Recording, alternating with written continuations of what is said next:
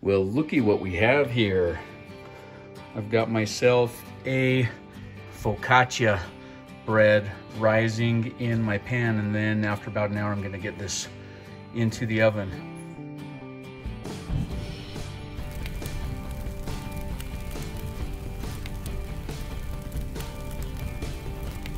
This is my wonderful 100% hydration focaccia bread recipe. I should have probably shown you how to do this from start to finish, but I'll show you the finished project. The finished product once it comes out of the oven, and I can post a recipe, but I probably should do a little how-to, because with 100% hydration bread dough, it's almost like a thick batter when you mix it, and you have to kind of work it and get the gluten to start up and to start forming, so that when you do a series of folds every 30 minutes, then the bread holds its shape, and then when this bakes and comes out, the crumb is just super soft and open. But yeah, pretty cool. Look at the bubbles already forming on that. And then after an hour, I will dimple this focaccia bread, and into the oven it will go at 420 degrees Fahrenheit for about 20 to 25 minutes. And then yeah, this is gonna be for tonight's dinner with some grilled chicken and mashed potatoes. Arise, my beautiful creation. What we got? About 32 minutes. I drizzled some olive oil on the top of it. That's the thing, people. If you're gonna make focaccia, don't skimp on the olive oil. Ever. Seriously. Don't do it. Okay, while that focaccia finishes its last rise, it's time to get the chicken on the bobby.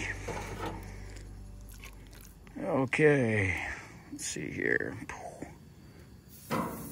Oh yeah, got a lot of chicken breast. I'm gonna grill this up. Pretty much this is just some chicken breast with a little bit of oil and some smash seasoning. Oh man, that smells so freaking good. I'm gonna get this all on.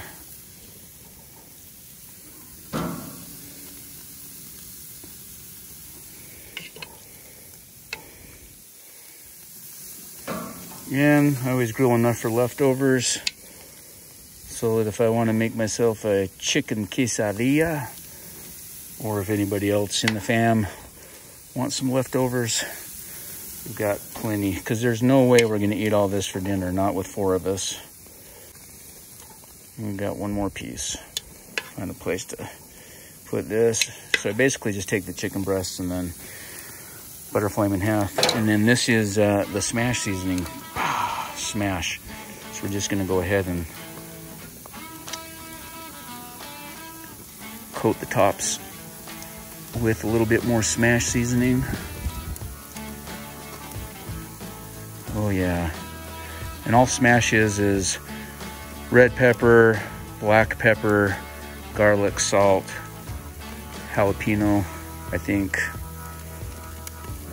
Just really good. So there we go.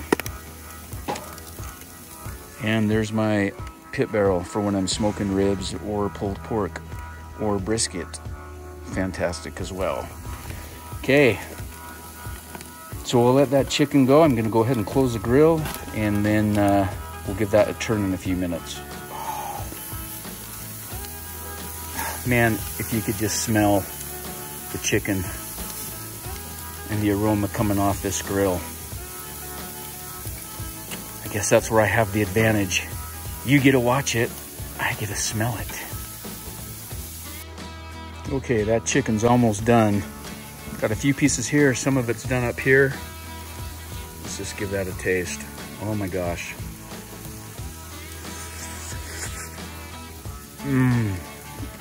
Oh man. Man, that is just so good. You get the heat from the jalapeno, or for those of you that speak Espanol, jalapeno. The red pepper with the salt and black pepper and the garlic. Man, so juicy. That is good eating. Sizzle, sizzle.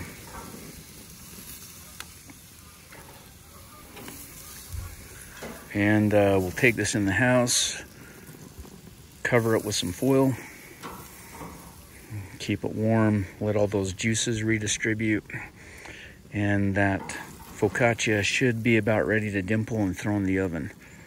Then we'll just need to make the potato mash, and we'll be ready to go. Oh man, check that out. Can't wait. Okay, that focaccia has risen almost all the way to the top of the pan. So now what we're gonna do is drizzle on some more olive oil. Again, don't be chintzy with the oil. This adds so much flavor, and when it bakes, it makes the crust so crispy and good.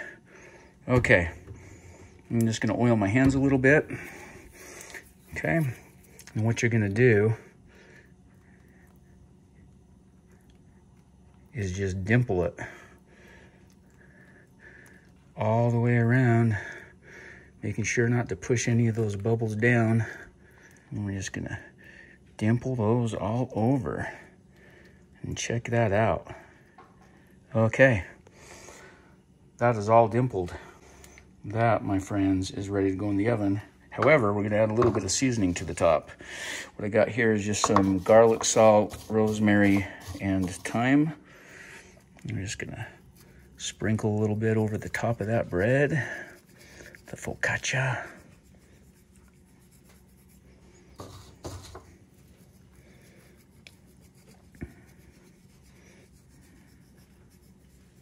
And a little bit more. I find the seasoning really makes it good. Okay. There we go. Now I'm gonna just rinse my hand off, and then into the oven we'll go. Almost just wanna come in and pop those little bubbles, but you don't want to, for very good reasons. Okay. Into the oven we go.